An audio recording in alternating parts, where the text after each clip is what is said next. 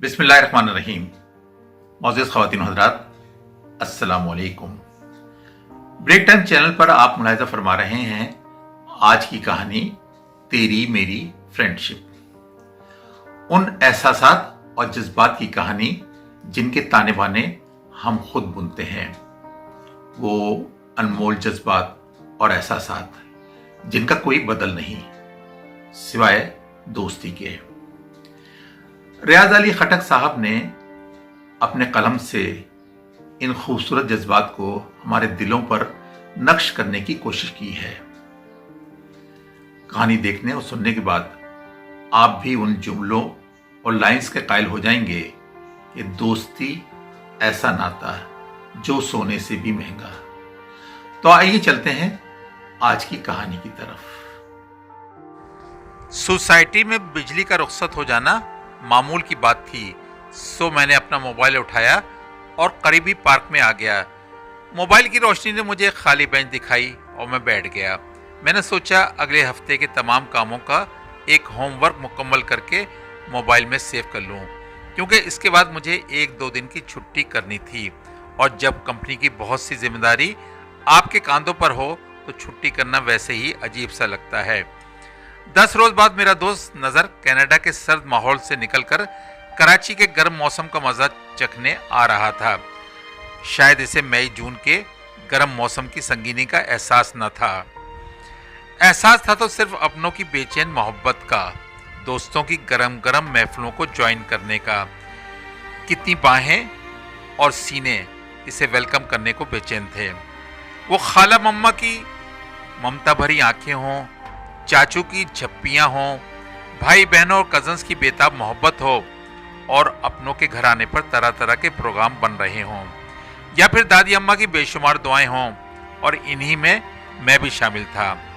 हम दोस्त नज़र को यूनी के ज़माने से ही नच्ची बुलाते थे। ये दोस्तों की मोहब्बत थी।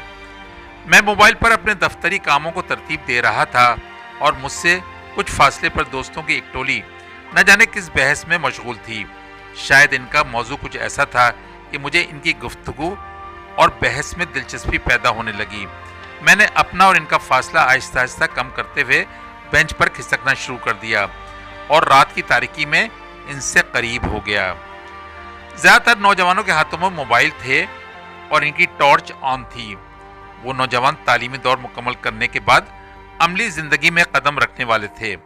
सब प्रोग्राम बना रहे थे वाटर पार्क में जाने का, और इसके लिए वो एक दूसरे को कायल करने की कोशिश कर रहे थे कि हमारी ये पिकनिक यादगार रहेगी, और शायद हम सब भरपूर तरीके से इस वाटर पार्क की पिकनिक को एंजॉय कर लेंगे, क्योंकि इसके बाद अमली ज़िंदगी में कितने ही दोस्त बाहर निकल जाएंगे, और ऐसी गैदरिंग हर फिल्म की तरह जहन के पर्दे पर बस महफूज होकर रह जाएगी।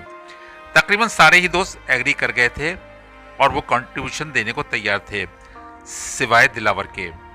जी, वो सामने घास पर लेटा हुआ दिलावर किसी सूरत पैसे देने को तैयार न था। इसका कहना था, मुझे इस वाटर पार्क की पिकनिक से ज़्यादा अहम मोबाइल का नया मॉडल ख़रीदना है, और मेरे पास जो हिसाब किताब से जमा किए हुए पैसे हैं वो मैं ज़ाया नहीं करना चाहता। मैं इन पैसों में से एक पैसा भी इधर उधर खर्च ना करूँगा, और पुराना मोबाइल बेचकर इसमें जमा शुदा पैसे मिलाकर नया मोबाइल लूँगा। दूसरे दोस्त इसे हर तरह से राज़ी और कायल करने की कोशिश में लगे हुए थे। अचानक मेरे मोबाइल ने चमकना शुरू कर दिया। ये नज़र की कनाडा से कॉल थी, मगर सिग्नल के वीक होने की वजह से मेरा राब्ता ना हो सका। मैंने इसे मैसेज किया कि जो ही लाइट आएगी मैं घर जाकर इसे कॉल करूंगा। लाइट जाने का गम तो होता है, मगर इसके आने की खुशी बयान से बाहर है।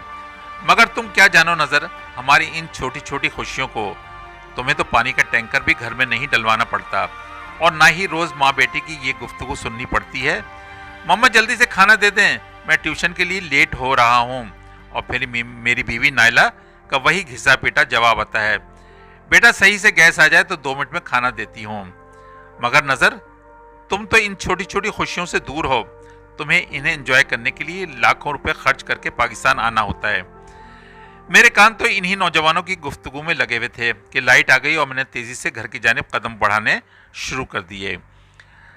जितनी तेज़ी से कदम उठ रहे थे, इससे ज़्यादा तेज़ी से मेरा जहन चल रहा था और वो इसी दोस्ती और फ्रेंडशिप में उलझा हुआ था जो अनमोल होती है, जिसका बदल सारी ज़िंदगी नहीं मिलता।